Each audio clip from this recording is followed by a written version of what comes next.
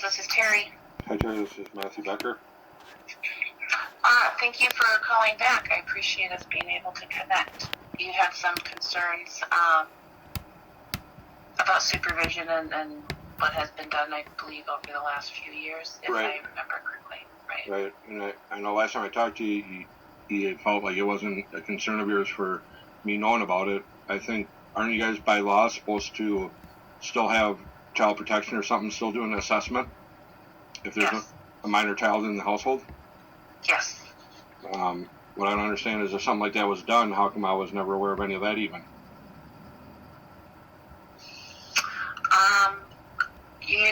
I'm not sure what child protection's process is, so I don't really want to speak to it. My guess is that similar, and I'm sure that this is how I explained it last time as well, that when you're dealing with, for me on this end, with probation, knowing that there was a minor involved, and this is true with any of my cases, I'm just speaking generally. Right. I don't always have the benefit of knowing if there's another parent that has any legal custody, physical or joint or whatever. So when we know that, when we have that information and that contact, what we do is follow up, because I agree with you. I think both parents need to be in a position to have a say in what they want for their child. I know that Mr. Watne has been on for a period of time. He's been on with me for a period of time. And then looking back at it, I know that we didn't always do that way. When I started doing this in the 90s, I think we're getting better at what we do. I can't speak to that specific case, but in that time frame. Well, but yes, child protection is notified if there's any registered offender that has contact with their children or is living with minor children. That's Minnesota statute. Then they will go ahead and reach out to the parent, and if they don't know if there's another parent, like I said, I'm not sure if they investigate that further. I don't understand, like, you being a probation officer, knowing that he was not even supposed to be around his own kids unless they're supervised, that here he's, you know what I mean? And obviously, you know, it's not his kid, so once you normally question, like, well, who's the parent of the kid here that's under the roof? I mean... So we have a number of things, and again, just speaking generally, I know that this is tough, but I just want to protect, like, personal information confidentiality. Right. So when clients come in on sex offenses, there, again, is like a whole bunch of process stuff that's in place, right? So it starts with getting them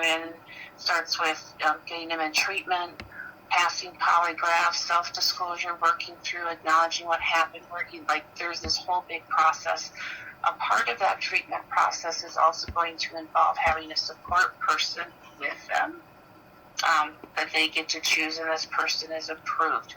And as somebody is working through the program and working through treatment, and treatment can be anywhere between, I've had clients in there between, 1 year's been the quickest I had someone, and 5 years has been the longest. But they have people that are involved. They have people that have connected with a therapist, connected with a treatment, have some educational background. They've attended, like supervision training. And so it starts out small with like supervision training or supervised visits. And then there are steps to increase that. And so there are protections in place. And there were in this case, but you were left out of the loop, and that was the part that was missing. Well, that's what I'm saying, is like, I like, that would have been a huge impact in a change of everything by her hiding all that, and I think she was supposed to, like, she's supposed to notify me of any changes of schooling. Like, I haven't seen my daughter, talk to my daughter in like 17 years, and like, I filed papers so many times, they told me I couldn't even file papers anymore, that I was just being vindictive. Like, I was filing papers to see my daughter, and not once did they force the visitation or force her to bring the kid, or they just, all they care is, well, you pay child support and maybe you might get rights, and that. And then I find this stuff out. It, like, I mean, how how is it even hidden? You know what I mean? Like, I don't understand why no one would have reached out to me or sent me a letter or contacted me to make me aware of it. If I have joint legal custody, legally, I don't understand why I was never notified. You know what I mean? We don't do, yep, I do. And we don't do background checks on people. Like, when my clients get into a relationship or whatever the case may be, you know, I meet that person, but I can't run a background check on them. I don't do that stuff. So a lot of it is information that we receive. Well, it's not about you know what I mean? It's not about you doing a background check on them. It's about there's a minor child in the house, so that would raise a concern to you guys. And once you, that's what I'm talking like. Right. So we still wouldn't do any kind of background checks. We still wouldn't be, you know, questioning,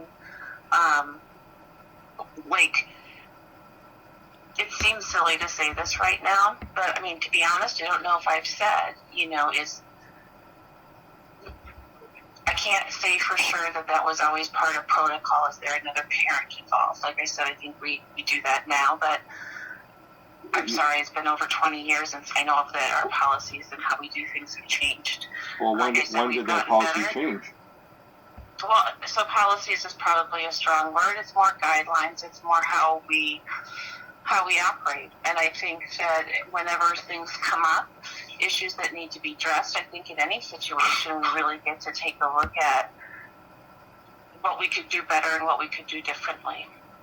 So it wasn't that there wasn't things in place to protect your daughter. It was just a piece that we didn't know about you. We didn't check to see if there was another parent. I don't possibly. That's what do you know what I mean? Well, I don't understand how come you guys don't though.